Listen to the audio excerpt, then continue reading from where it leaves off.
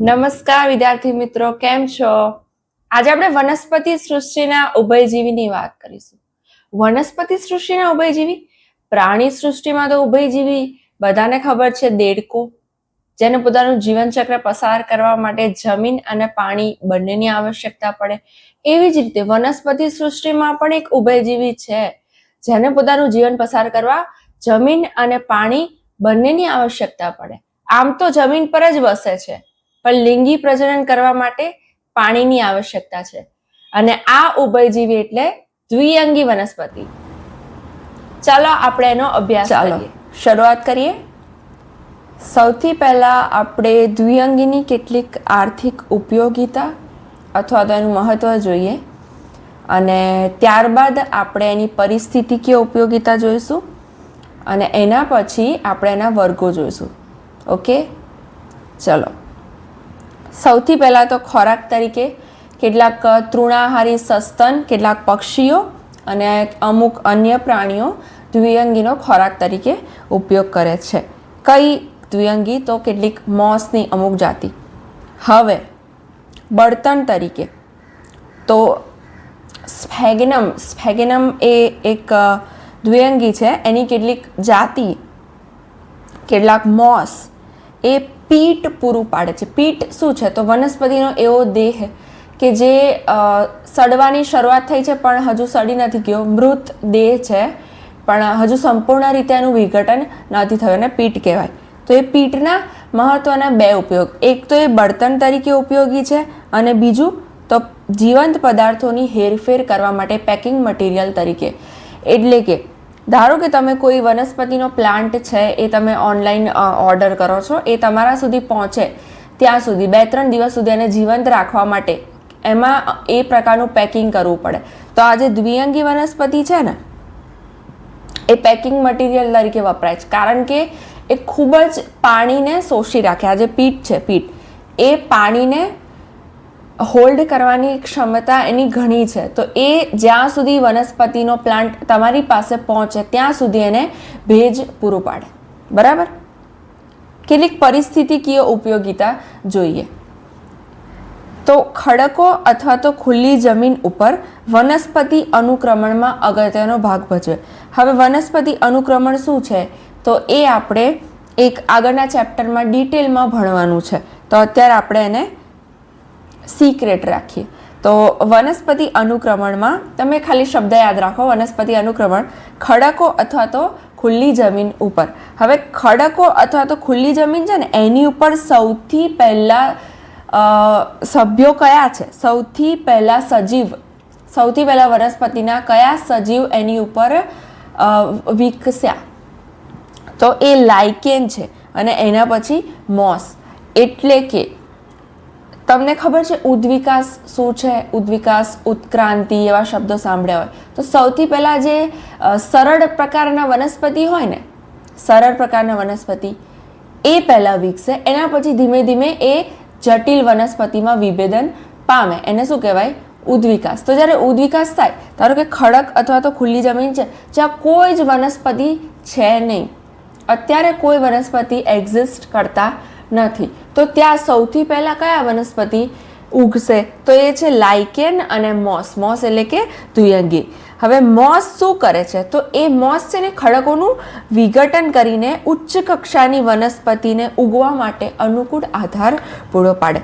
એટલે કે એ ખડકોનું વિઘટન કરે અને એની અંદર પોતે પણ વિઘટિત થાય, અને એની અંદર જે પોષક દ્રવ્યો છે એ બધા એ જમીનને ફળદ્રુપ બનાવશે, જેથી ઉચ્ચ કક્ષાની વનસ્પતિ ત્યાં ઉગી શકે. એટલે સૌથી પહેલા લાઇકેન અને મોસ જેવા સભ્યો ઉગે, પછી એ શું કરે?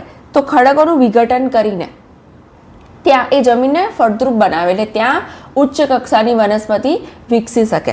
બરાબર છે? બીજું તો જમીનનું ધોવાણ અટકાવે, એ જમીનને પકડી રાખે છે. એટલે જમીન ઉપર મોસ, સાદડી, ચાદર અથવા તો મેટ જમીન ઉપર એવી રીતે પથરાય, એટલે એ છે ને એ જમીનને ધોવાઈ જતી વરસાદમાં અટકાવે છે. બરાબર? નાનો એવું ટોપિક હતો.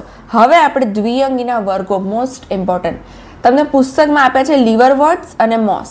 અહીંયા આપણે 3નો અભ્યાસ કરીશું. લીવરવર્ટ્સ અને મોસ તો ખરા જ, એની સાથે ત્રીજા સભ્યો છે હોર્નવર્ટ્સ. હોર્ન એટલે શિંગડા, અને એને હોર્નવર્ટ્સ કેમ કહેવાય છે એ પણ આપણે જોઈશું. સૌથી પહેલાં જોઈએ કે આ જે દ્વિઅંગીના વર્ગો છે કોણે આપ્યા, તો રોથ મેલર નામના બોટનિસ્ટ એટલે કે વનસ્પતિ શાસ્ત્રી હતા. એમણે દ્વિઅંગીને 3 વર્ગોમાં વિભાજિત કરી. એના ઇંગ્લિશ નામ જોઈએ: હિપેટિકોપ્સિડા, બ્રાયોપ્સિડા અને એન્થોસિરોટોપ્સિડા. હિપેટિકોપ્સિડા, બ્રાયોપ્સિડા, એન્થોસિરોટોપ્સિડા. હિપેટિકોપ્સિડા એ જ લીવરવર્ટ્સ, બ્રાયોપ્સિડા એ જ મોસ અથવા તો મસ્કી, અને એન્થોસિરોટોપ્સિડા એ જ હોર્નવર્ટ્સ. સૌથી પહેલાં આપણે શરૂઆત કરીએ લીવરવર્ટ્સથી. લીવરવર્ટ્સ, હિપેટિકોપ્સિડા. સ્ટેપ બાય સ્ટેપ જઈશું. પહેલાં વસવાટની વાત કરીએ, ક્યાં જોવા મળે છે, તો નદી અથવા ઝરણાના કિનારે, એટલે કે વહેતું પાણી હોય, વહેતું પાણી, નદી અને ઝરણા એ વહેતું પાણી છે, એના કિનારે, એ જ્યાં માર્શલેન્ડ છે, કાદવ કીચડવાળી જમીન, કળણ ભૂમિ, એની અંદર જોવા મળે. કળણ ભૂમિ એટલે કાદવવાળી જમીન. એ સિવાય ક્યાં જોવા મળે, તો ભેજવાળા મેદાન, ભીની જમીન, વૃક્ષોની છાલ અને લાકડાના ગર્તો. ગર્ત એટલે કે ખાડા, લાકડાની અંદર જે તિરાડો પડી જાય એની અંદર પણ એ જોવા મળે છે. દેહ રચનાની વાત કરીએ તો મોટે ભાગે પૃષ્ઠવક્ષ બાજુથી ચપટું શરીર છે એનું, એ જમીન ઉપર આવી રીતે ગોઠવાય છે. આપણે વૃક્ષોની બધું જોયું હોય તો એ આવી રીતે સીધા ગોઠવાય, પણ આ કેવા છે, ચપટા સભ્યો છે. પૃષ્ઠવક્ષ બાજુથી ચપટું એટલે કે સુકાઈ જેવું એનું શરીર છે, એનું દેહ રચના છે, અને મૂલાંગો દ્વારા જમીન સાથે જોડાયેલું રહે છે. હવે કેટલાક એના એવા સભ્યો છે જે પત્રમય છે. પત્ર એટલે પાંદડા, લીફી. પત્રમય સભ્યો, લીફી મેમ્બર્સ, એ આવા હોય. આવા પર્ણ જેવી રચના, સાચા પર્ણો તો નથી પણ આવા પર્ણ જેવી કોઈ રચના તમને જોવા મળે. એટલે મોટે ભાગે કેવા હોય છે લીવરવર્ટ્સના સભ્યો, મોટે ભાગે સુકાઈધારી હોય છે, જમીન ઉપર પૃષ્ઠવક્ષ બાજુથી ચપટા હોય છે, આવી રીતે ગોઠવાય. પણ કેટલાક પત્રમય પણ છે. હવે પ્રજનનની વાત કરીએ, સૌથી અગત્યનું, એને આધારે જ આ વર્ગોમાં જુદી જુદી વિભિન્નતા જોવા મળે. સૌથી છેલ્લે આપણે એનો તુલનાત્મક અભ્યાસ પણ કરીશું. સૌથી પહેલા વાનસ્પતિક પ્રજનન, તો એ અવખંડન દ્વારા થાય અને કુડમલી દ્વારા થાય. હવે કુડમલી શું છે આપણે પહેલા પણ કીધું છે, અહીંયા ફરી એકવાર તમને યાદ અપાવી દો. કુડમલી એ આવું કપ જેવો આકાર છે, જેની અંદર આ બધા રાઇઝોઇડિયલ સેલ્સ બનશે, અને એ સેલ્સ આગળ જઈને આખી નવી વનસ્પતિ બનાવશે. અને આ જે કુડમલી છે એને અંગ્રેજીમાં શું કહેવાય, ગેમા કપ અથવા તો જેમા કપ, GEMMA, ગેમા અથવા જેમા. 0.3 સેન્ટીમીટરનો વ્યાસ ધરાવે છે, એકદમ નાનું. અહીંયા મોટું બતાવ્યું છે પણ એ હોય એકદમ નાનું. લીલી બહુકોષીય રચના છે. લીલી બહુકોષીય અલિંગી કલિકા. હવે એના ઉદાહરણની વાત કરીએ તો રિક્સિયા અને માર્કેન્સિયા. ફરી એકવાર જોઈ લઈએ. પ્રજનન, વાનસ્પતિક પ્રજનન અવખંડન અને કુડમલી દ્વારા થાય. એમાં આવા ગેમા કપ બને, અને ગેમા કપ 0.3 સેન્ટીમીટરનો વ્યાસ ધરાવે. ચલો હવે આવતી વખતે આપણે બ્રાયોપ્સિડા જોઈશું. બ્રાયોપ્સિડા એટલે કે મોસ અથવા તો મસ્કી.